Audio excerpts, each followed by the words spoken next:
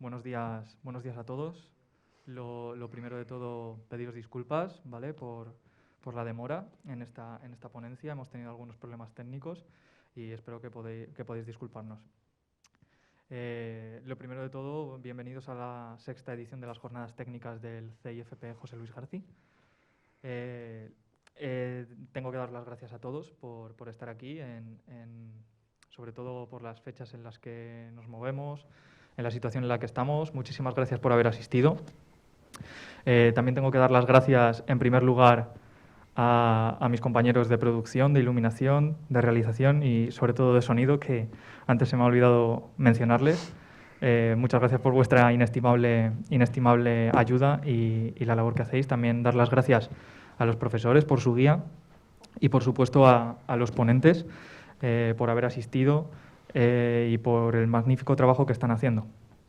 También recordaros que con respecto a la semipresencialidad que hay dada en el centro y con respecto a la situación del COVID-19 que tenemos, se ha habilitado un streaming desde el que nuestros compañeros que no pueden estar aquí hoy puedan estar disfrutando de las ponencias, de las charlas desde casa.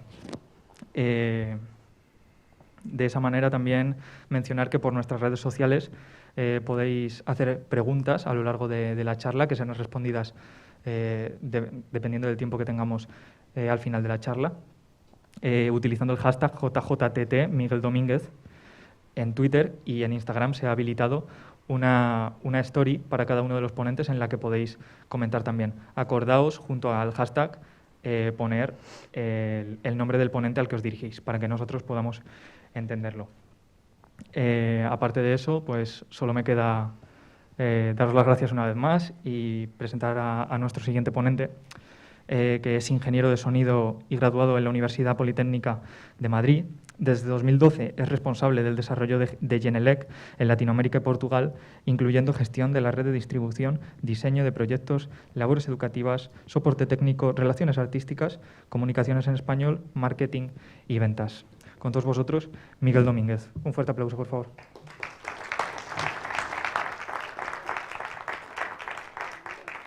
Bueno, muchas gracias por esta calurosa bienvenida y gracias en general a Garci por haberme invitado y a todo el equipo organizativo de estas ponencias, que espero que estén siendo un éxito y también pues, poder contribuir positivamente a ese éxito. La presentación que tengo básicamente viene derivada de lo que en Genelec llamamos el Monitor Setup Guide, que es una guía de ajuste e instalación de monitores. La verdad es que se podría estar un par de horas hablando fácilmente. Voy a intentar hacerlo en la mitad de tiempo, con lo cual va a haber temas que seguramente no veremos. Un poco lo que vamos a ver es una pequeña introducción, algunos fundamentos de audio, cómo colocar los monitores en la posición correcta, la calibración del sistema y seguramente la parte de mejoras acústicas básicas en una sala, que pensaba que podría ser de interés pues, para, no sé, pues, acondicionaros un poco vuestro entorno de trabajo en casa. Seguramente no alcancemos a verla, pero bueno, vamos a ir viendo cómo se desarrolla. Voy a intentar ir bastante rápido. Y lo que sí que quiero resaltar es la importancia de este aspecto. De hecho, lo que voy a explicar es un aspecto fundamental a la hora de poder producir correctamente contenidos de audio. Es decir, lo que escuchamos es determinante para actuar correctamente, o por lo menos con el propósito o criterio artístico que tengamos, sobre el material sobre el cual estamos actuando, sobre el que estamos grabando, mezclando, masterizando, haciendo cualquier tipo de postproducción.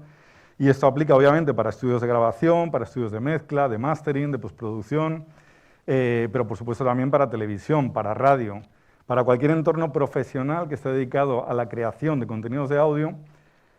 Lo que voy a explicar es una parte esencial y de hecho se está volviendo la parte desde el punto de vista acústico más importante, porque hoy en día todo lo demás pasa esencialmente dentro de un ordenador, pero lo que voy a explicar es lo que pasa fuera en ese entorno de trabajo para la persona que está generando ese contenido. Bueno, entonces la gran pregunta que nos tenemos que hacer es ¿qué es lo que realmente estamos escuchando?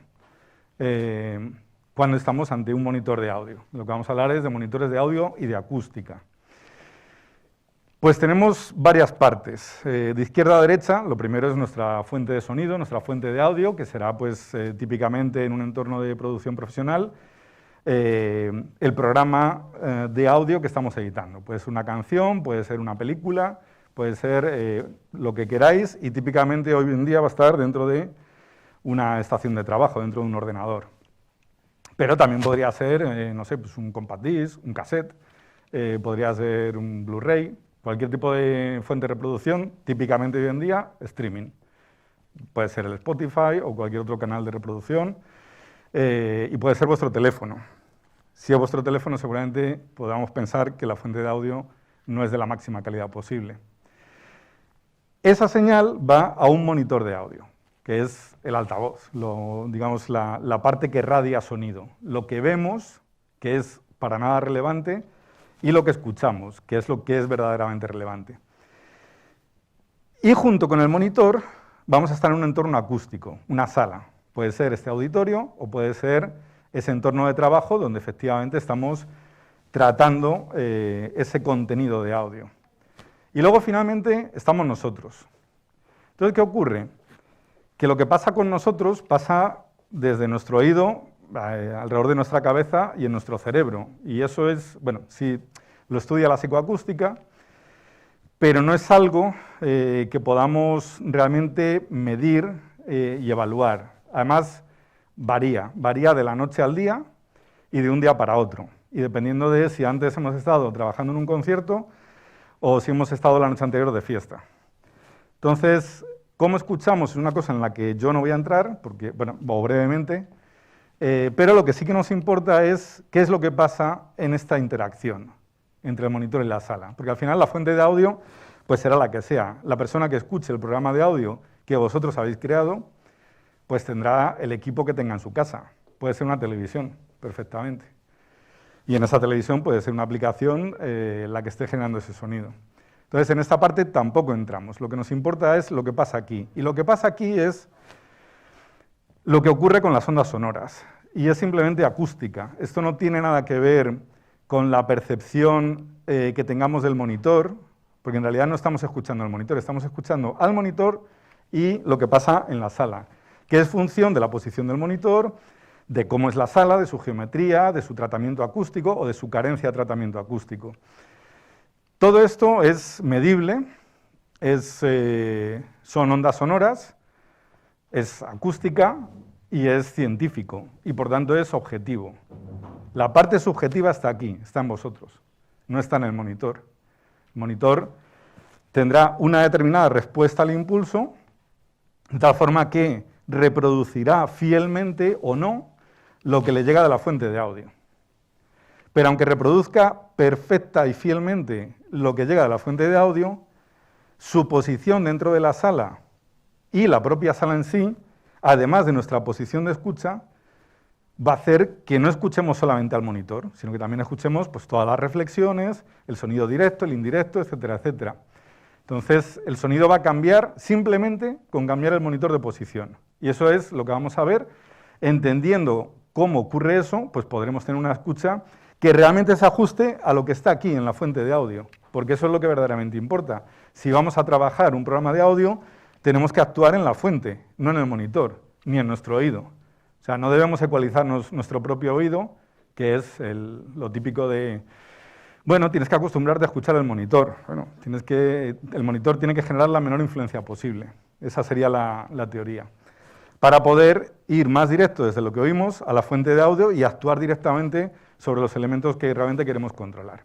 Esta parte es básica. Ya visto esto y entendido esto y creído esto, pues de hecho la ponencia podría terminar ya. Ahora lo que voy a hacer es explicar por qué esto es así.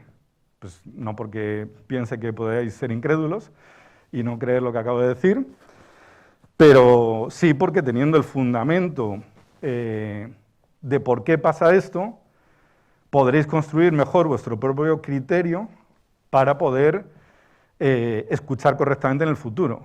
Al final, dices, bueno, sí, dependiendo de dónde ponga el monitor, va a sonar de una forma u otra, pero ¿cómo debería colocarlo para que suene mejor? Pues eso es lo que vamos a ver. Bueno, primero, ¿qué es un monitor de referencia de audio? Y subrayo lo de referencia. Pues debe ser un monitor que tenga características de sonido neutras, que no agregue o quite cosas de la fuente de audio, aunque luego la sala se encargará de poner o de quitar cosas, y por tanto debería ser correctamente instalado y debería tener la capacidad de ser calibrado para corregir las deficiencias, lo que pone de más o lo que quita, la propia sala. No solo la propia sala, sino la posición del monitor dentro de la sala. De hecho, nuestra posición relativa entre el monitor y el punto de escucha.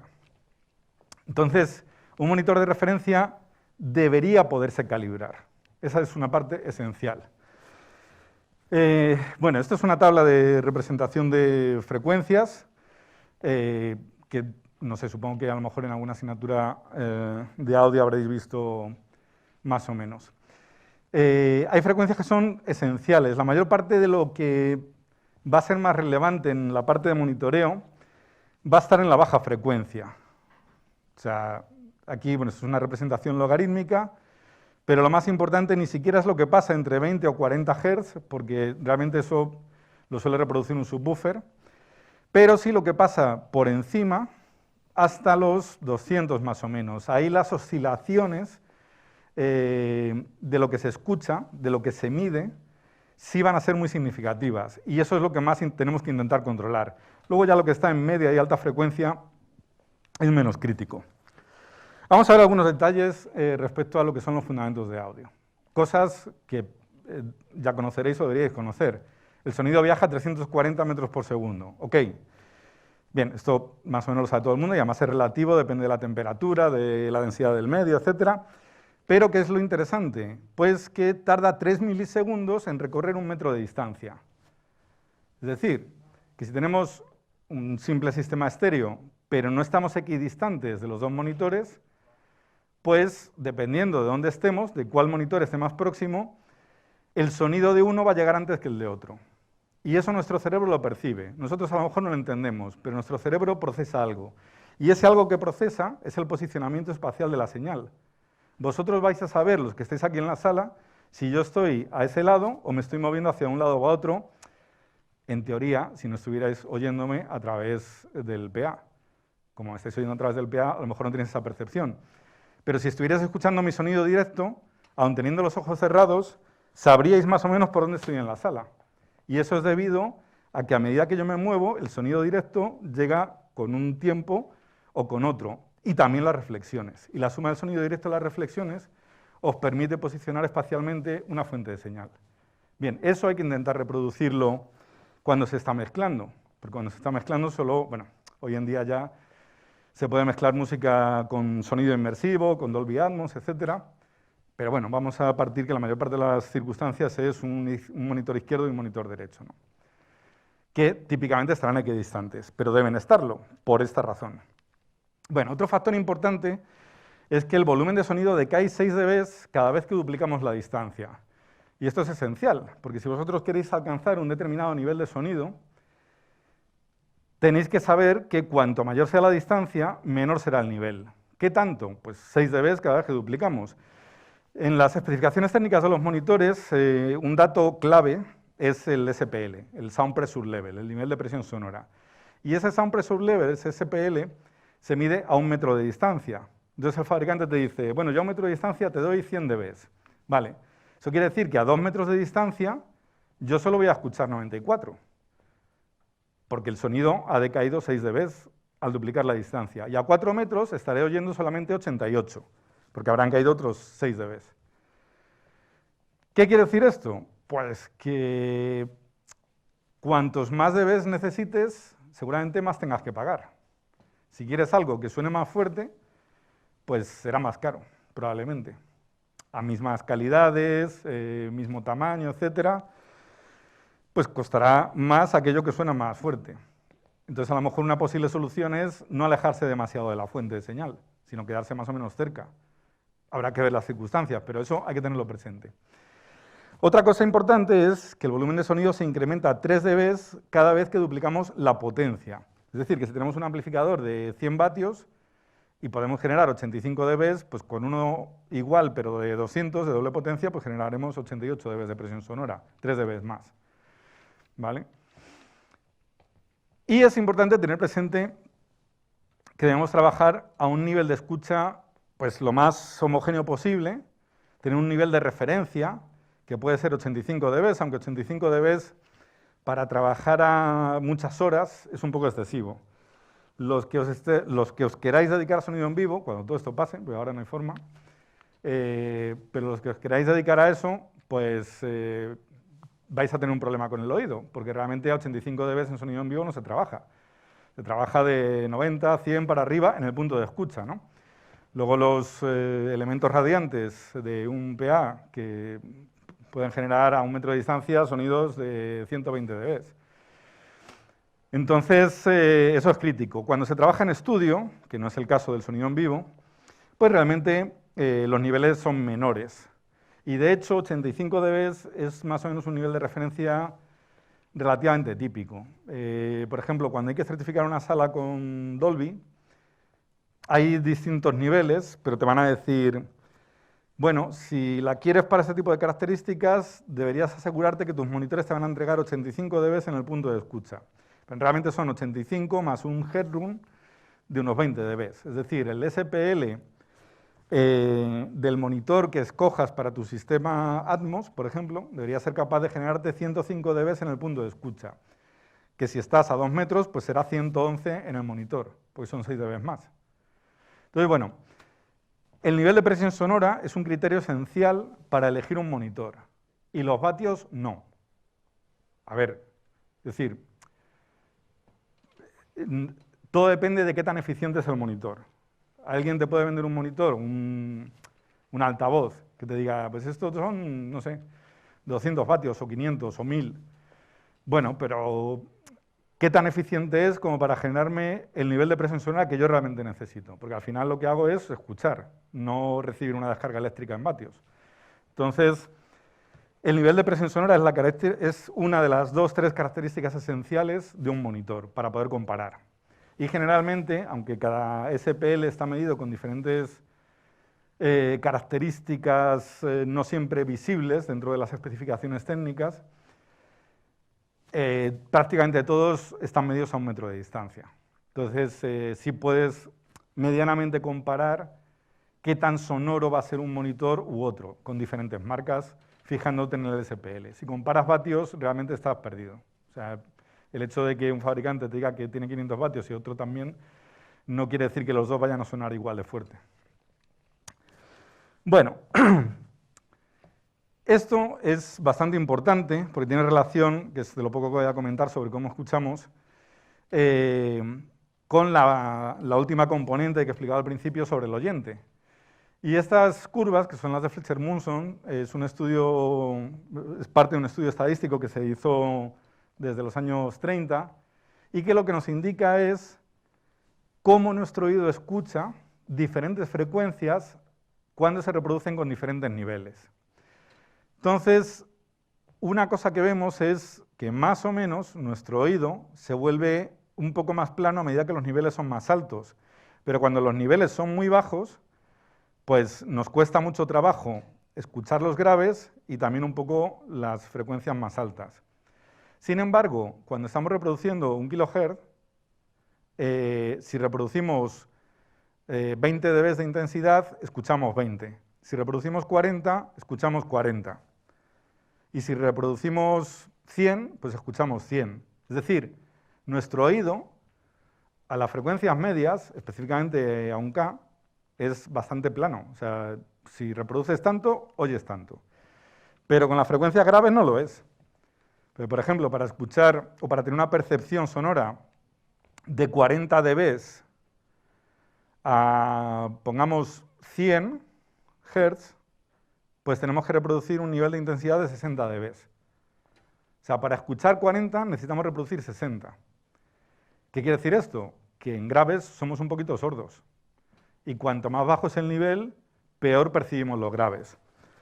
Y esa también es una razón para esta tendencia absolutamente alocada que vivimos desde hace décadas de escuchar todo mucho más alto.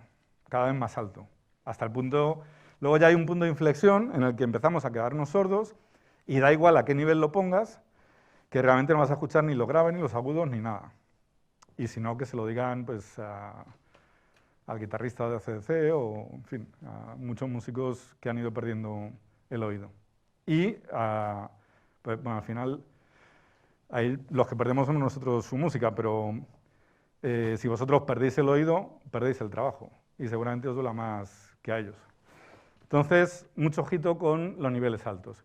Realmente no es necesario escuchar por encima de 85 dB nada, para tener una percepción más o menos homogénea de todos los sonidos, de todo el rango de frecuencias sonoras, desde 20 a 20.000. Bueno, a 20 casi no lo oye nadie.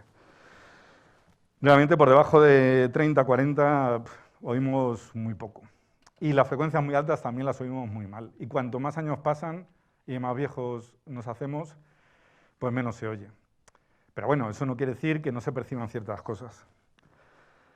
Bueno, vamos a entrar en materia acústica. ¿Qué cosas tenemos que entender, tener claras? Voy a explicar una serie de factores clave, son 3 o 4 ideas importantes, que van a determinar el comportamiento del monitor. Algunas de ellas, como la que voy a explicar ahora, realmente aplica no solo para un monitor, para un instrumento musical o para cualquier fuente de sonido, ¿no? Que es cómo se radia el sonido en función de la frecuencia. Bien, las frecuencias bajas, más o menos hasta 200 Hz o hercios, son omnidireccionales, es decir, ponemos aquí en medio una fuente de sonido que radie de un subwoofer y va a radiar omnidireccionalmente, salvo que ese subwoofer no sea un subwoofer único, o sea, un altavoz radiando graves, sino que sea un arreglo de varios altavoces que sean capaces de generar direccionalidad. Pues hay subwoofers cardioides, pero se basan generalmente en la radiación a través de 2 o más elementos. Pero en principio las fuentes de sonido que reproducen frecuencias bajas de 20 a 200 son omnidireccionales, se van por todas partes, da igual cómo las coloques. A medida que aumentamos la frecuencia, el sonido se vuelve más direccional, cualquier sonido, el de un monitor o el de cualquier fuente de sonido. De hecho, en principio, si no me estuvierais escuchando a través del PA, sino que estuvierais oyendo mi voz directamente, cada vez que me doy la vuelta, la inteligibilidad de mi palabra sería un poco menor. Pues yo estaría radiando sobre todo las frecuencias medias, que es donde está la inteligibilidad, hacia la pared, hacia el proyector.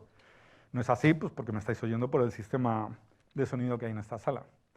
En fin, a medida que aumentamos las frecuencias, el sonido se vuelve más directivo, mucho más directivo, hasta tal punto que cuando tenemos ese monitor, si estamos justo enfrente del monitor, pues estamos recibiendo todas las frecuencias más o menos de la misma forma, pero si nos desviamos del eje del monitor y nos vamos hacia un lado o hacia el otro, empezaremos a percibir que, sobre todo las frecuencias más altas, se oyen menos, ¿vale? Eso es algo natural y pasa siempre. Si queréis pensar, no sé, por ejemplo, una trompeta, es un elemento también radiante de frecuencias más o menos medias altas, pues también, si te pones detrás del trompetista, vas a escuchar mucho menos todos los matices de ese instrumento que si te pones delante. Bien, este sería el resumen, y es muy importante tener presente cómo radia un monitor, pues porque este comportamiento omnidireccional o direccional nos determina cómo tiene que ser colocado el monitor y dónde debe ser colocado el monitor. Aquí lo podemos ver de una forma más resumida, ¿no? El monitor está orientado en esta dirección, ¿vale? Aquí se ve en las frecuencias más altas, pero en realidad en graves pues el sonido se va para todas partes. Y a medida que aumenta la frecuencia se vuelve más cardioide y luego más directivo. Bueno, el sonido omnidireccional es el sonido de baja frecuencia y al radiarse en todas direcciones genera una mayor interacción con la sala.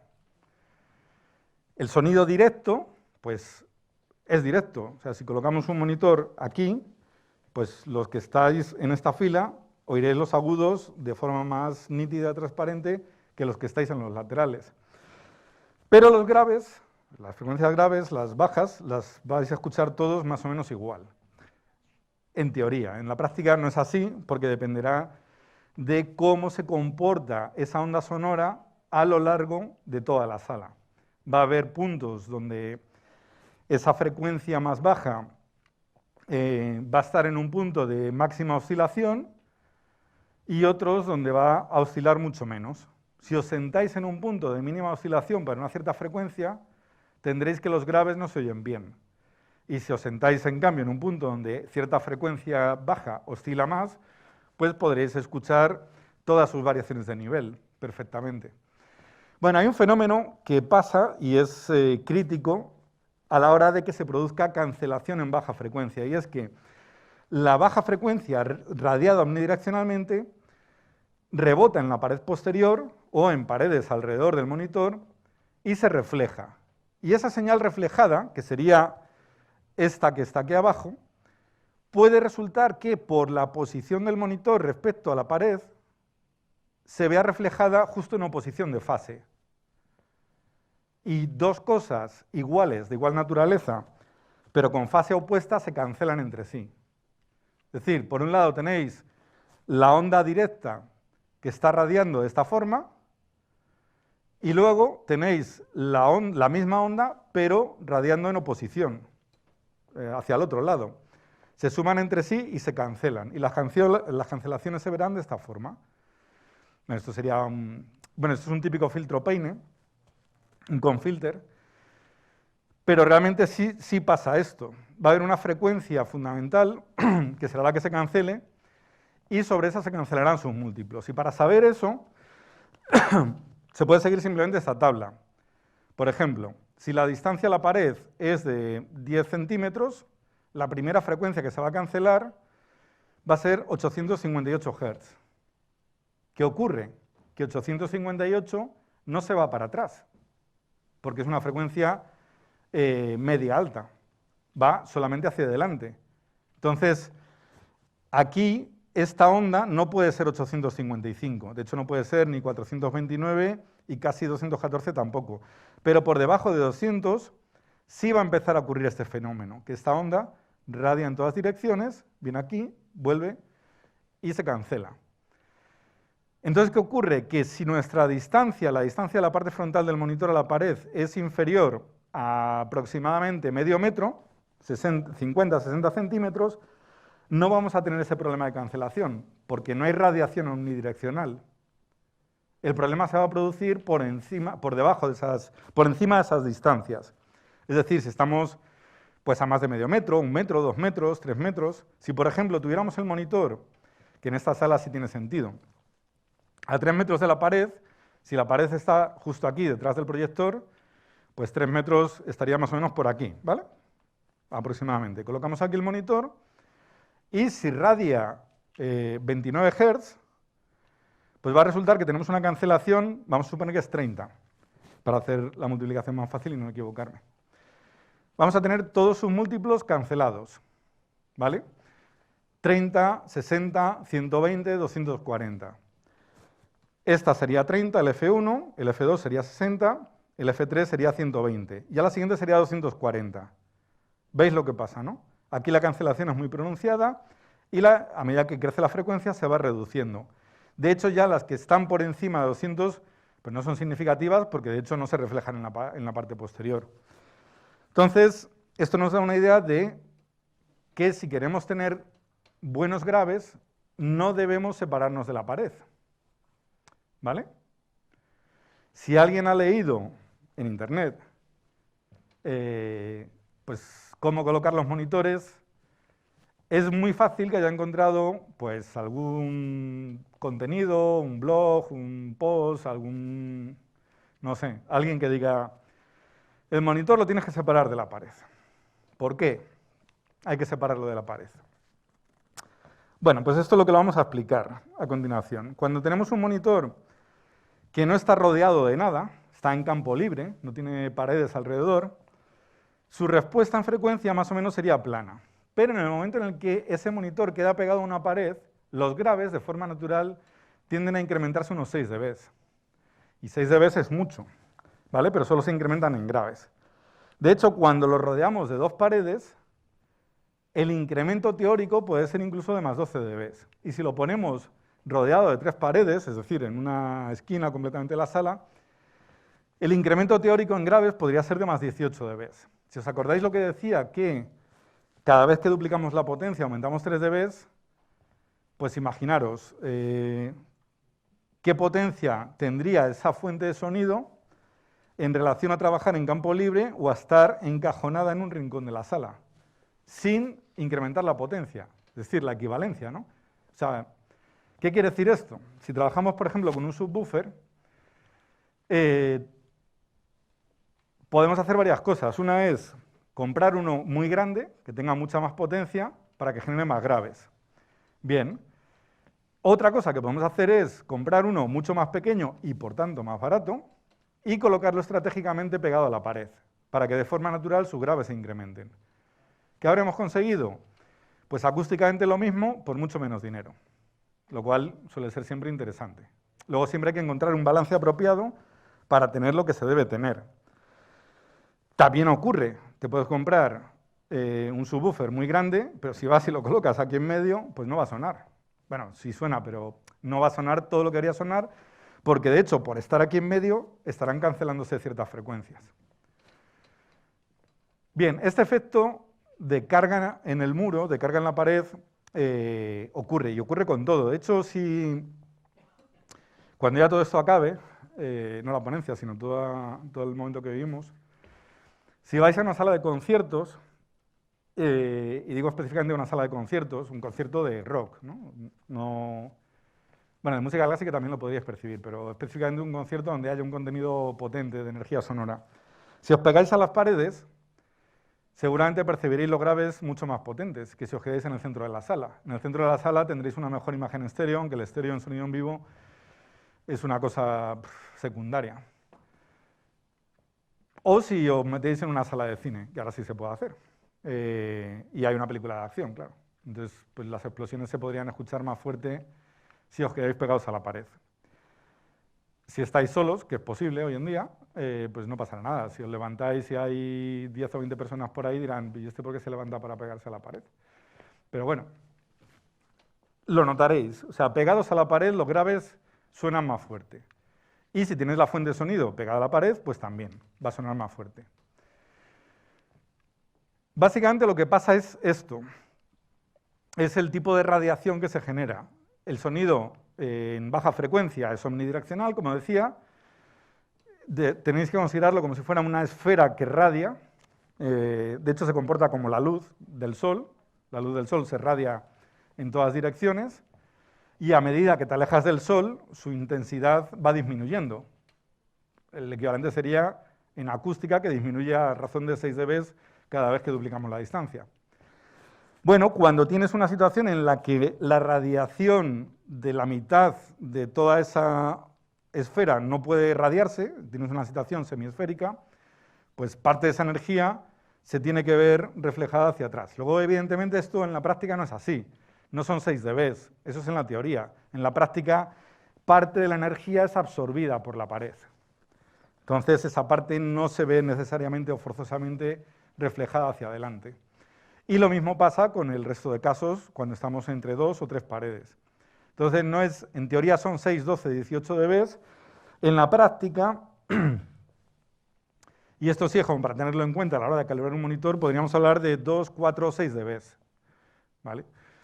De hecho, los monitores de Genelec, por ejemplo, cualquiera, no los digitales autocalibrables que tenemos ahora, sino los analógicos, en la parte posterior tienen un dip switch que permite compensar ese efecto de carga en el muro y disminuir los graves, pues 2, 4, 6 dB máximo.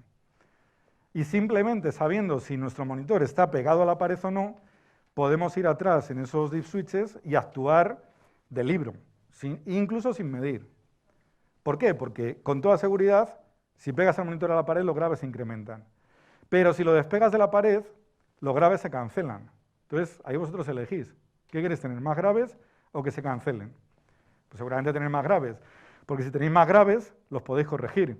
Pero si se cancelan, esa cancelación no se puede corregir. Si aumentáis el sonido a esa frecuencia que se cancela, también aumenta la radiación posterior. O sea, el sonido que se ve reflejado también tiene más intensidad. Al final, están los dos en oposición de fase, bueno, el directo crece, el reflejado también, con lo cual la cancelación sigue siendo la misma. Eso no se puede corregir. Bueno, sí hay una forma de corregirlo, pero bastante costosa. GNLK ha desarrollado un buffer que no es un subwoofer, es un buffer que tiene dos elementos radiantes, uno en la parte frontal del recinto, otro en la parte posterior abajo, y se pueden procesar en tiempo y se pueden calibrar para que la radiación posterior se sume en fase a la frontal, o para controlar la directividad del monitor. Bueno, de hecho tiene varios modos de operación, y solo en un caso como ese sí se podrían corregir situaciones en las que no solo por la posición del monitor se produce cancelación en baja frecuencia, sino porque a veces la propia sala, por su geometría, tiende a cancelar ciertas frecuencias. Eso también pasa.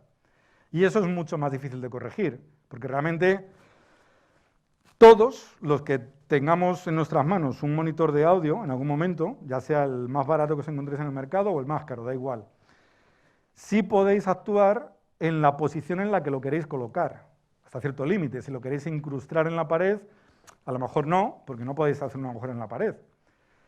Pero sí podéis dejarlo pegado a la pared o separarlo. Entonces, tenéis que ser conscientes de lo que podéis actuar. Y realmente cuando estáis teniendo un exceso de graves, os estáis enmascarando vuestro propio oído. Y eso tiene también relación con el propio oyente, o sea, ¿cómo escuchamos? Bueno, psicoacústicamente está demostrado que sonidos más graves enmascaran a sonidos más agudos. Entonces, un exceso de graves a una cierta frecuencia os va a restar, digamos, nitidez o comprensión de frecuencias más altas. Digo comprensión, no compresión.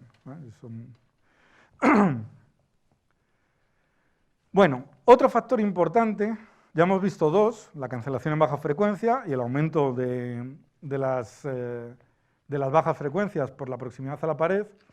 Otro aspecto esencial tiene que ver con la geometría de la sala.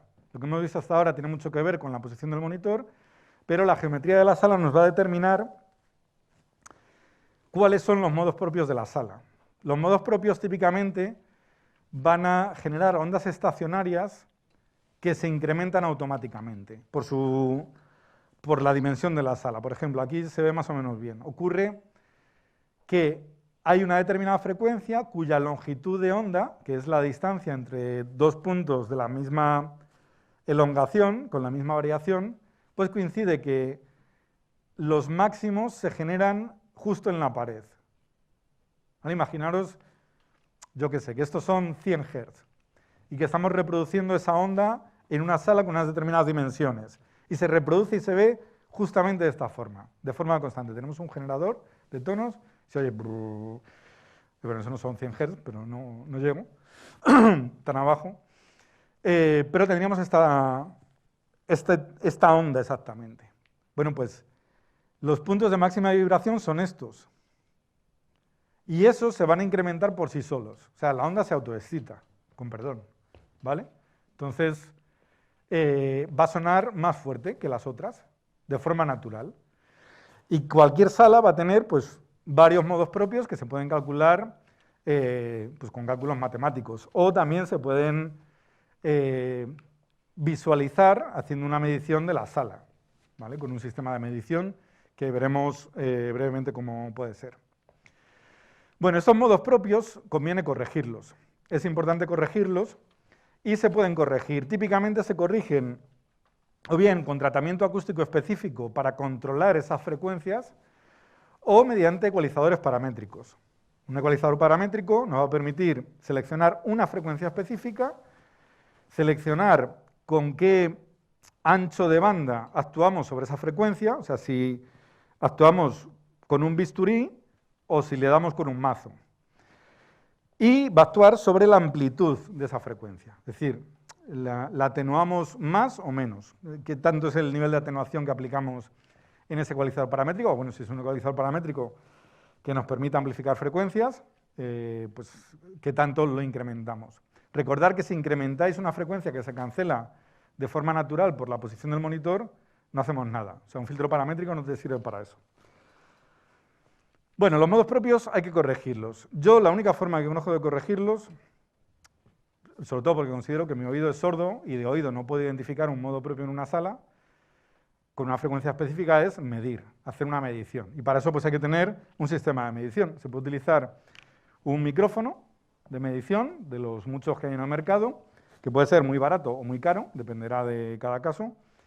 Lo importante es de este micrófono conocer perfectamente cuál es su comportamiento, porque el micrófono no puede generar una influencia en la respuesta que obtenemos. Entonces el micrófono, si es plano, va a ser muy caro, y si no es plano, es decir, es imperfecto, va a ser mucho más barato. Pero si sabemos cómo es de imperfecto, pues podemos aplicar una corrección, es decir, corregir la respuesta de este micrófono en el proceso de medición para anular su efecto. Lo más importante de un micrófono de medición es conocer su comportamiento y podérselo informar de alguna forma a nuestro sistema de medición para compensar el efecto del micrófono. Bueno, esto es un ejemplo de qué tipo de acción se podría efectuar sobre los graves para controlarlos. Una trampa de graves. Hay varios tipos de trampas de graves. Esta sería una que básicamente es colocar un material absorbente contra una de las paredes. La dimensión de ese material absorbente para atrapar una cierta frecuencia se puede ver en esta tabla. Por ejemplo, si queremos controlar un modo propio que tengamos a 100 Hz, pues deberíamos tener un grosor de la trampa de 86 centímetros, ¿vale? Y 86 centímetros es esto, ¿vale? Entonces, colocaros un material absorbente contra la pared con todo este grosor del suelo al techo. Y luego evaluar el precio del metro cuadrado en Alcobendas o en Madrid y decís, bueno, pues seguramente necesito un ecualizador paramétrico para hacerlo más barato, por lo menos. Pero, digamos, acústicamente se puede controlar. También hay otro tipo de trampas de graves, que son, como por ejemplo, los resonadores. Pero lo más simple y lo más económico es utilizar un ecualizador paramétrico. El dilema está en saber cuál es la frecuencia sobre la que tenemos que actuar. Y eso se consigue midiendo. Otro factor importante son las reflexiones primarias, lo que en la literatura se conoce como early reflections, que son las que al inicio de la charla os comentaba que nos van a permitir, por ejemplo, ubicar la posición espacial de una fuente.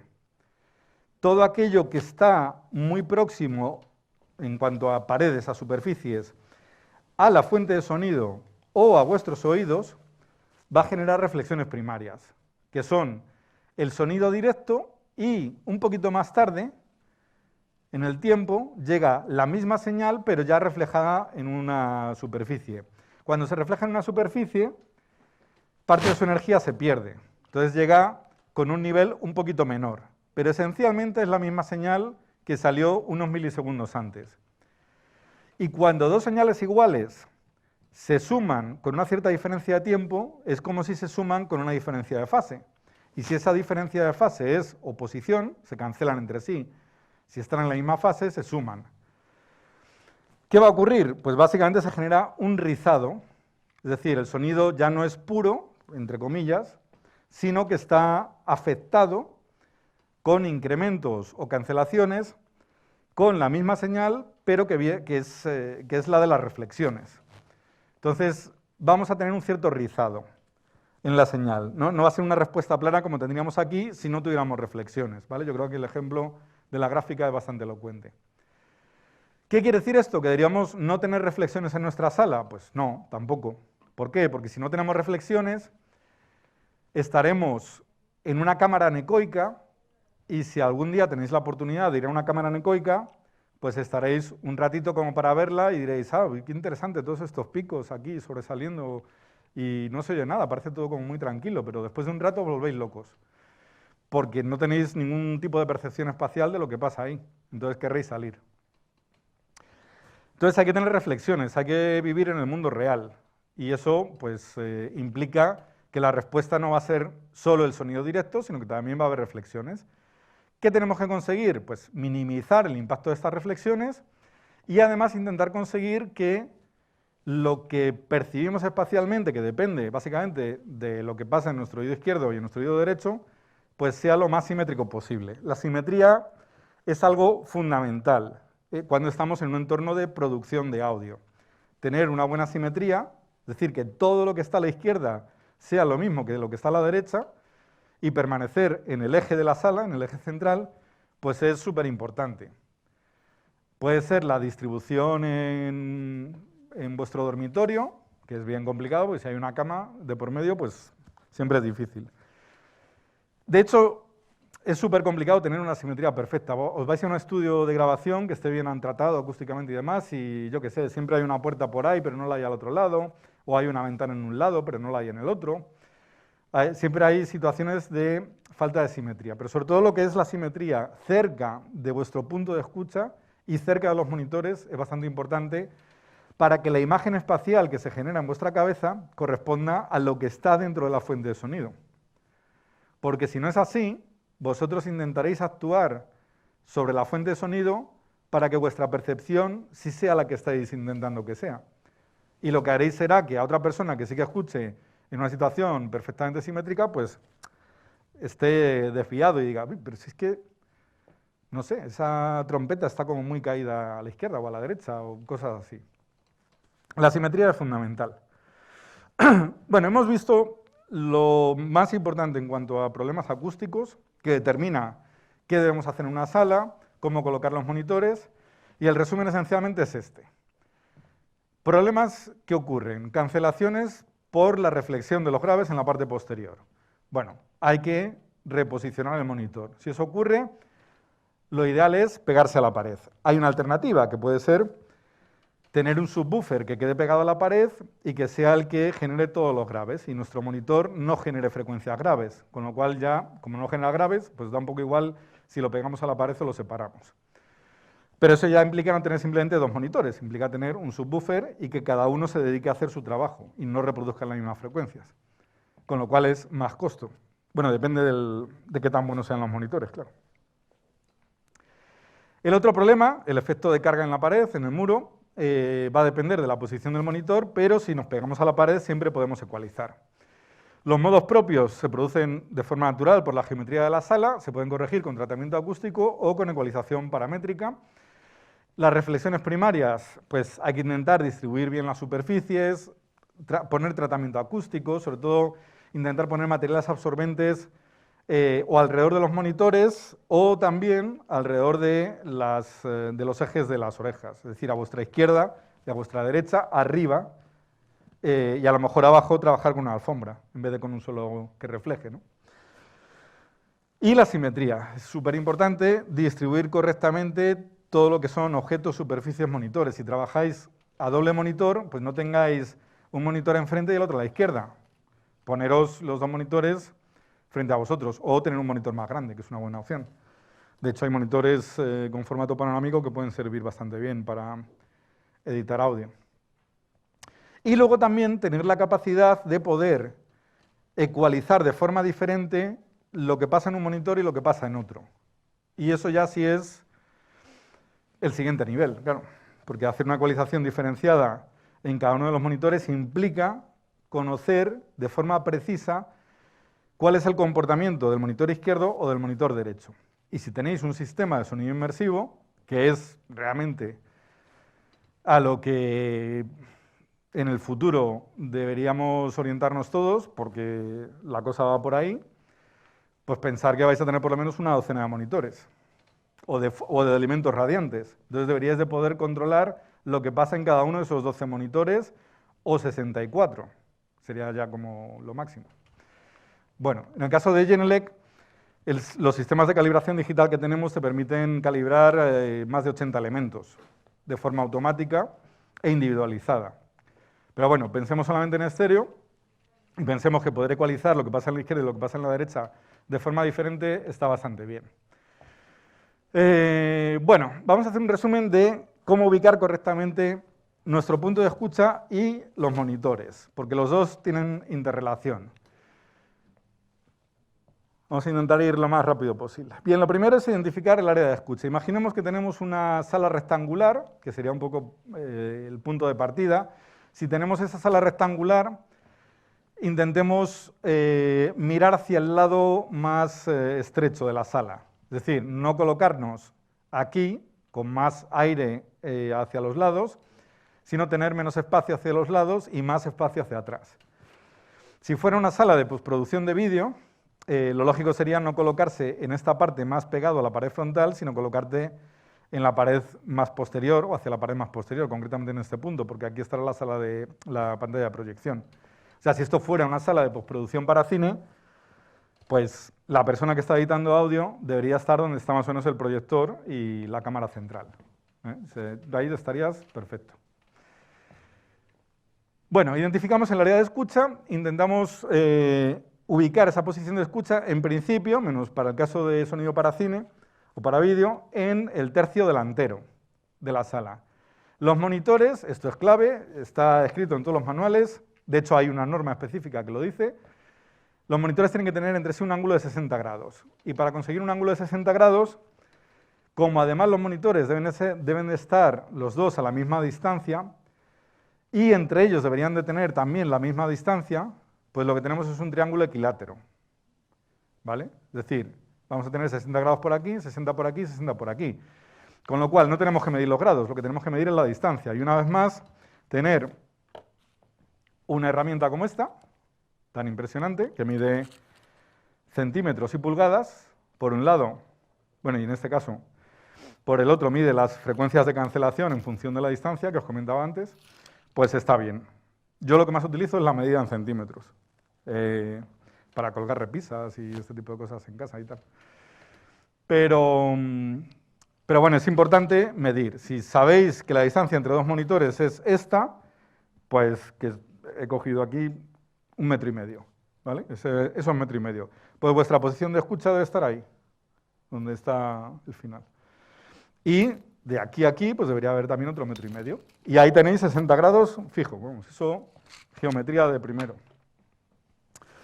Los monitores deben apuntarse al punto de escucha, es decir, si deberían estar a la misma altura, pero si están más altos o más bajos, pues habrá que inclinarlos un poco y no ponerlos así. Si nuestro punto de escucha hemos dicho que es este, pues hay que orientarlos hacia el punto de escucha, ¿vale? Y como decía, la distancia a los dos monitores tiene que ser la misma, siempre. De hecho, idealmente en un sistema de sonido inmersivo, los 20.000 monitores que haya, idealmente deberían estar todos a la misma distancia del punto de escucha. Eso ya es bastante más complicado. Con un sistema estéreo no suele haber problema. Y si hay problema con eso, empezamos mal. Ya vamos muy mal. Bien, tenéis que intentar evitar que vuestra posición de escucha sea inferior a 1 metro de la pared. ¿Por qué? Pues por lo que os comentaba antes. Si estáis en una sala y estáis pegados a la pared, escucháis los graves más fuertes, con lo cual no tenéis una percepción correcta de lo que realmente está pasando. Y esto, de que esté 1 metro vuestra cabeza separada de la pared, de todas las paredes, ya os da una cierta idea de cómo tiene que ser la sala. Porque si tenéis 1 metro por aquí y otro metro por acá, y no sois de un ancho del grosor de una hoja de papel, sino que ocupáis, pues, por lo menos los hombros, vuestra sala debería tener por lo menos 3 metros de ancho. Si tenéis menos de 3 metros, yo qué sé, trabajar con otro tipo, no trabajéis con monitores, trabajar con auriculares, por ejemplo. Cosa que tampoco recomendaría demasiado, por lo menos a largo plazo tiende a ser bastante cansado. Bueno, encontramos el eje de simetría izquierda-derecha, que en este caso será esta línea. Aquí estaríamos en la posición del eje de simetría. Y los monitores también deben estar simétricamente en relación a la sala y en relación a nuestra posición de escucha. O sea, la simetría la vamos a conseguir no solo distribuyendo las cosas alrededor de los monitores y nuestro punto de escucha simétricamente, sino también con respecto a la propia sala. Y si la sala es irregular, lo que habrá que buscar será la posición con menos asimetría dentro de la sala, que de por sí sea asimétrica, pero bueno, habrá una parte de la sala que sea menos asimétrica que otras. Bueno, volvemos al paso 4, el SPL. Trabajar siempre con un tamaño de monitor que sea apropiado para poder entregar sin distorsión, o sin una distorsión significativa, el nivel de presión sonora en vuestro punto de escucha que requerís. Y esto es tan sencillo como pensar, a ver, estoy en una sala pequeña, pues trabajo en mi habitación. Estoy a 1 metro de distancia. Bueno, si estás a 1 metro de distancia no puedes tener un monitor muy grande. Si tienes un monitor muy grande, pues te va a fundir el oído, porque un monitor más grande típicamente sonará más fuerte. ¿Qué te tienes que asegurar? Que ese monitor por lo menos te dé pues, 85 dB sin problemas en el punto de escucha. Ya está, no necesitas más que eso. No hace falta poner un monitor más grande. Y en el mercado hoy en día, cualquier monitor da 85 dB. En Genelec el más pequeño creo que son 96 lo que da a 1 metro de distancia. Y es una cosa así. ¿Vale? Tiene un buffer de 3 pulgadas, es súper pequeño. Si evidentemente la distancia es mayor, como os decía, duplicamos la distancia, 6 dB menos. 6 dB ya es una cantidad significativa. Si tenéis que conseguir 85, ya tiene que ser 91, como mínimo, lo que de SPL. Trabajando a 2 metros de distancia. Bueno, las reflexiones en la pared posterior, como decía, generan cancelación en graves, por tanto, hay que intentar evitar en un monitor que no trabaje con un subwoofer, sino que sea solo el monitor, estar a una distancia superior a 1 metro, de hecho superior a medio metro, ya empezaríamos a tener problemas, y más o menos entre 1 metro, 2, 3, aquí dice 2,2 esencialmente porque para generar cancelación a 3 metros de distancia tendríamos que ser capaces de reproducir 29 Hz, y 29 no lo reproduce ningún monitor. No lo reproduce dentro del rango de trabajo plano, ¿no? Entonces, eso lo reproduce un subwoofer. Entonces, bueno, pues para un monitor compacto, más o menos normal, pues eso, evitar esa distancia entre 1 y 2,2 metros, porque es donde se va a generar esa cancelación de graves. Aquí el efecto yo creo que se ve bastante bien. Si acercáis el monitor, la primera frecuencia de cancelación sube, y si está por encima de 200, pues ya no existe, porque no hay radiación omnidireccional, y si alejáis el monitor, la frecuencia de cancelación baja, y os genera esta y sus múltiplos, con lo cual pues, se generan los problemas. Es bastante evidente. Bueno, altura del monitor, más o menos 1,2 metros de altura, esencialmente la altura de los oídos, es decir, si alguno juega al baloncesto y mide 2 metros, pues su posición en la silla será más alta. Bueno, pues se coloca el monitor un poco más alto, salvo que trabaje tumbado, que también puede ocurrir. Pero vamos, más o menos 1,2 metros de altura, el eje del monitor, ¿vale? Que ese es otro concepto importante, el eje acústico del monitor, o sea, ¿qué parte del monitor hay que colocar a la altura del oído? ¿La parte superior, la parte inferior, el tweeter, el buffer? Bueno, la respuesta es el eje acústico. ¿Y cuál es el eje acústico? Pues depende de cada monitor. En el caso de los monitores compactos de Genelec, de 2 vías, como este, el eje acústico es la intersección entre la vertical del monitor, esto está mirado desde el lado, pero bueno, imaginaros que está de frente a vosotros, pues la vertical del monitor intercalada con la parte superior del buffer. En ese punto, justo debajo del tweeter y justo encima del buffer, ese es el que hay que orientar a vuestro oído, ¿vale? En el caso de los monitores compactos de 2 vías de Genelec. En el caso de los monitores compactos de 3 vías de Genelec, el eje acústico es el punto central del monitor, pues son monitores coaxiales.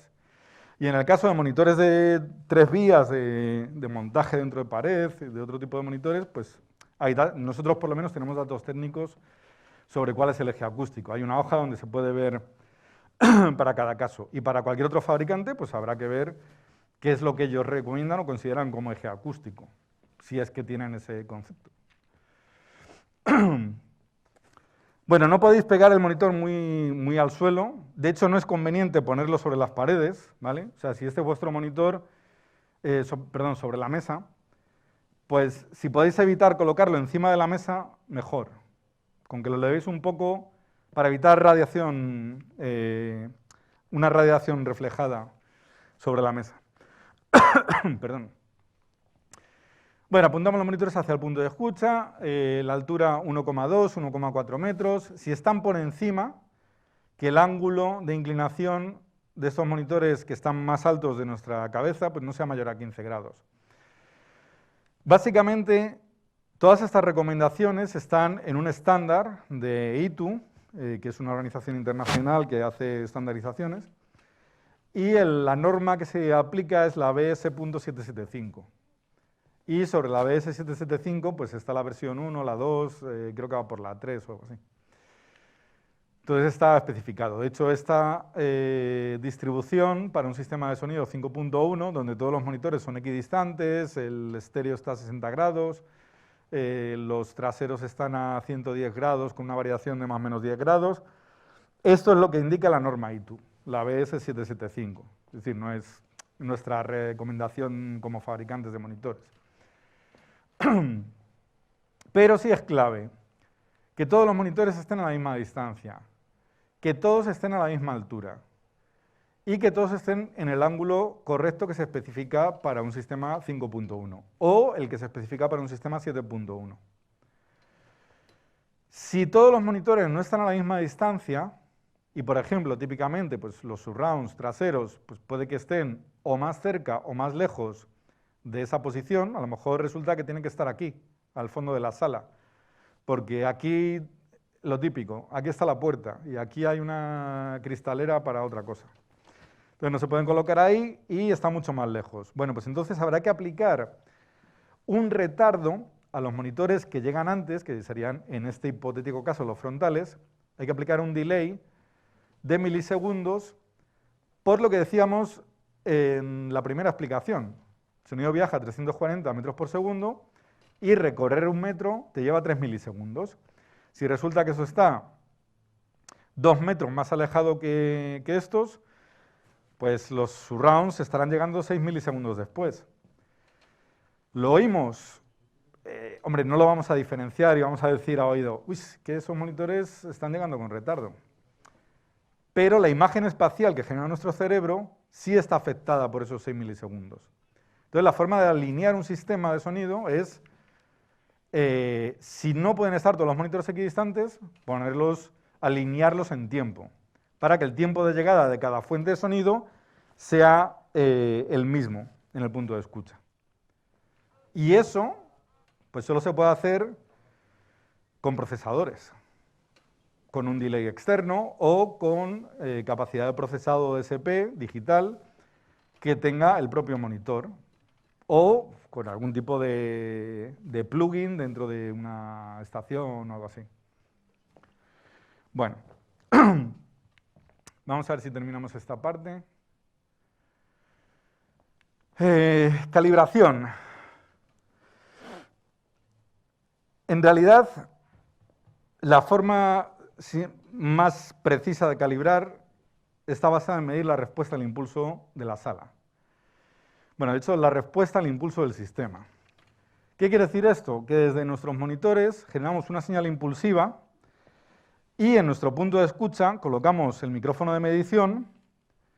Esa respuesta impulsiva, en nuestro caso, por ejemplo, es un barrido en frecuencia.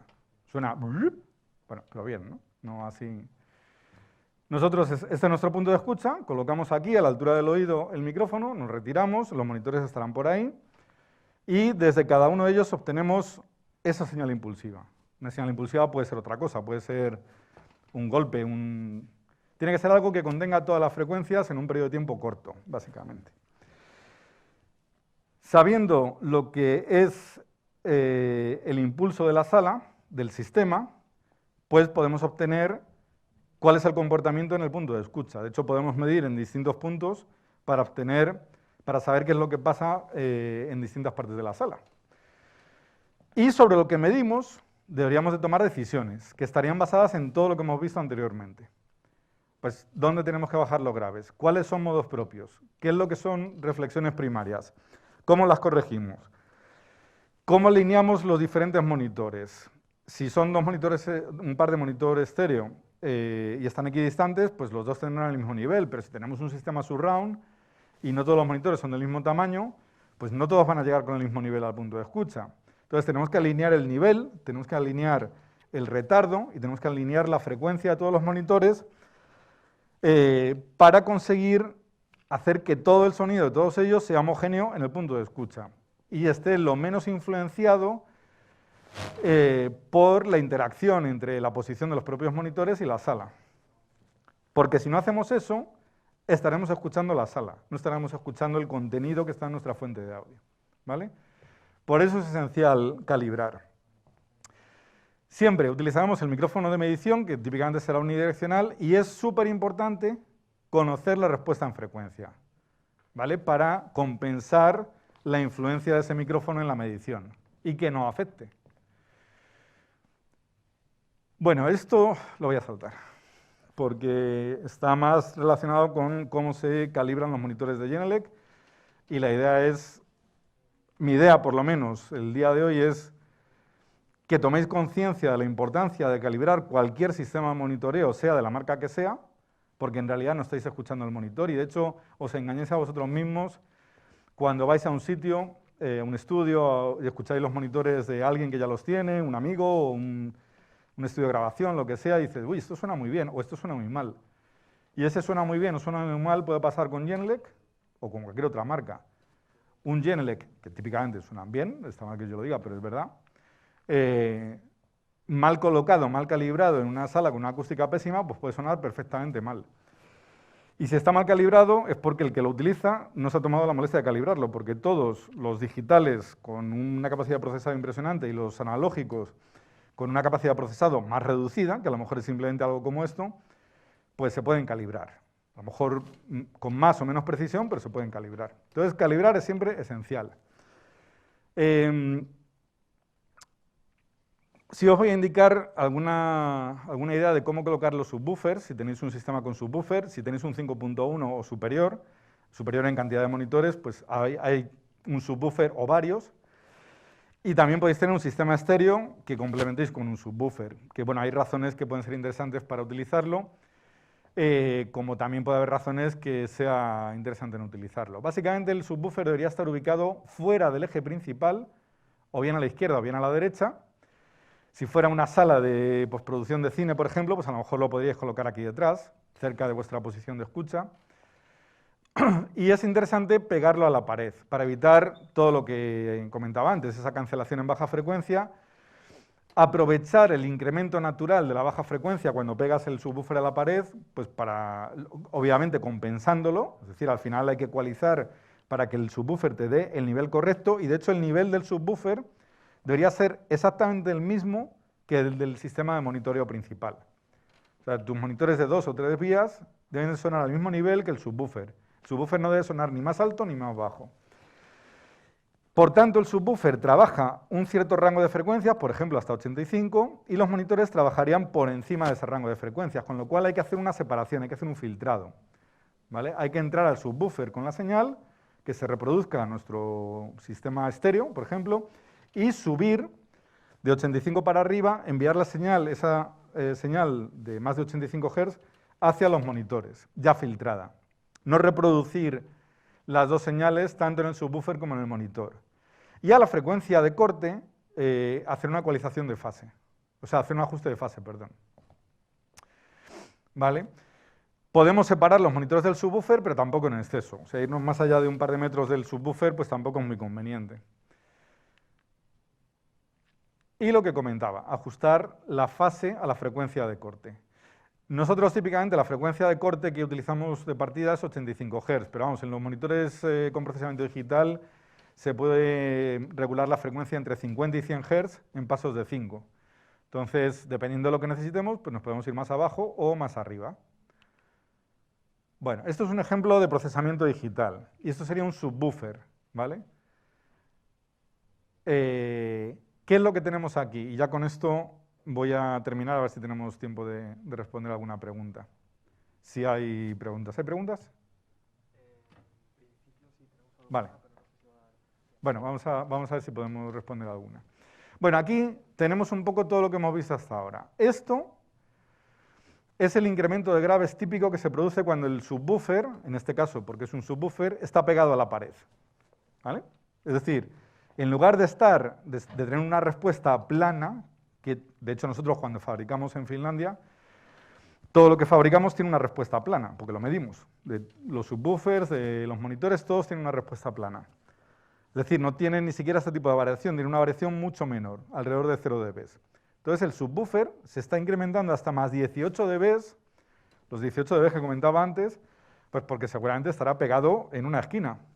Entonces se incrementa, pero esto se compensa. Con este ecualizador que hay aquí, en la curva azul, compensamos este incremento y reducimos, minimizamos este impacto de 18 a unos más 5. O sea, hemos reducido unos 12-13 dB el impacto excesivo del subwoofer.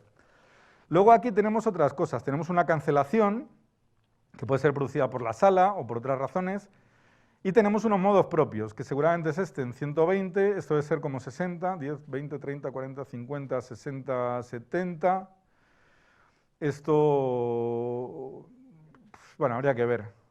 Pero veis que hay picos y hay cancelaciones, que más o menos pueden ser múltiplos entre sí.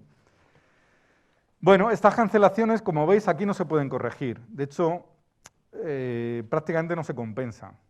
Pero los picos más grandes sí se compensan con esta ecualización. Esto es un ecualizador digital que utiliza en este caso por lo menos 1, 2, 3, 4, 5, seguramente 6 filtros paramétricos para pasar de esta curva roja, que es lo que realmente es nuestra respuesta al impulso, lo que hemos medido, y tener en nuestro punto de escucha, esto va a ser la curva verde, lo que realmente vamos a escuchar.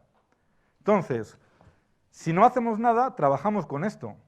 No porque el subwoofer sea así, sino porque la interacción con la sala hace que actúe así en la práctica. Y si no lo compensamos, pues nos vamos a autoengañar con esto.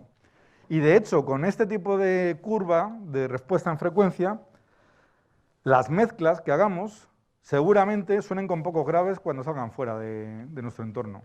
Porque habremos tendido a, en nuestro material, en nuestra edición de audio, en lo que está en la fuente de sonido, hacer esto, para nosotros escuchar como esto. Pero esto no lo tenemos que aplicar en el programa, lo tenemos que aplicar en el monitor. ¿Para qué? Para que lo que hagamos sobre el programa esté basado en que estamos escuchando así, no así.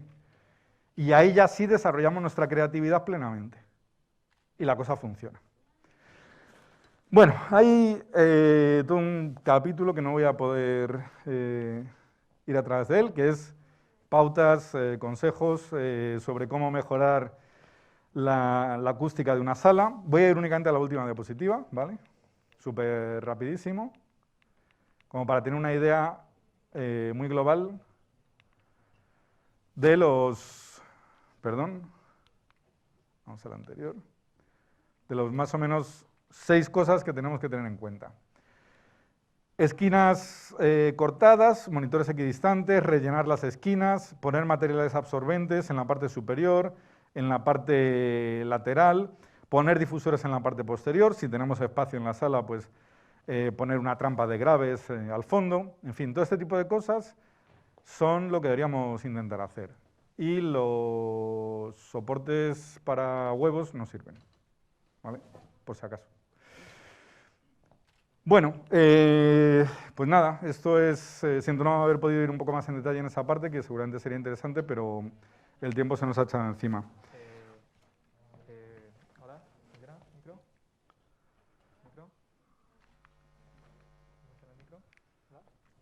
Bueno, estamos teniendo problema. Vale, ahora. Bueno, se nos ha echado un poco el tiempo encima, chicos. Como mucho nos da para una preguntita rápida. Si hay alguien de la sala que tenga alguna pregunta, alguna preguntita rápida que se pueda contestar, pues es el momento. Si a posteriori alguien tiene alguna pregunta, me puede escribir a mi correo personal, que es miguel@dominguezbravo.com. No lo consulto a diario, pero bueno, intentaré responder. Vale, chicos, pues en ese caso, aquí damos por concluida esta ponencia. Daros a todos las gracias por haber estado aquí, por haber venido y por haber participado. Y nada, eso ha sido todo de momento. Muchísimas gracias y muchísimas gracias a ti, Miguel, Gracias a vosotros. por haber estado aquí con nosotros. Ha sido un placer. Pues un aplauso, por favor. Hasta pronto. Gracias.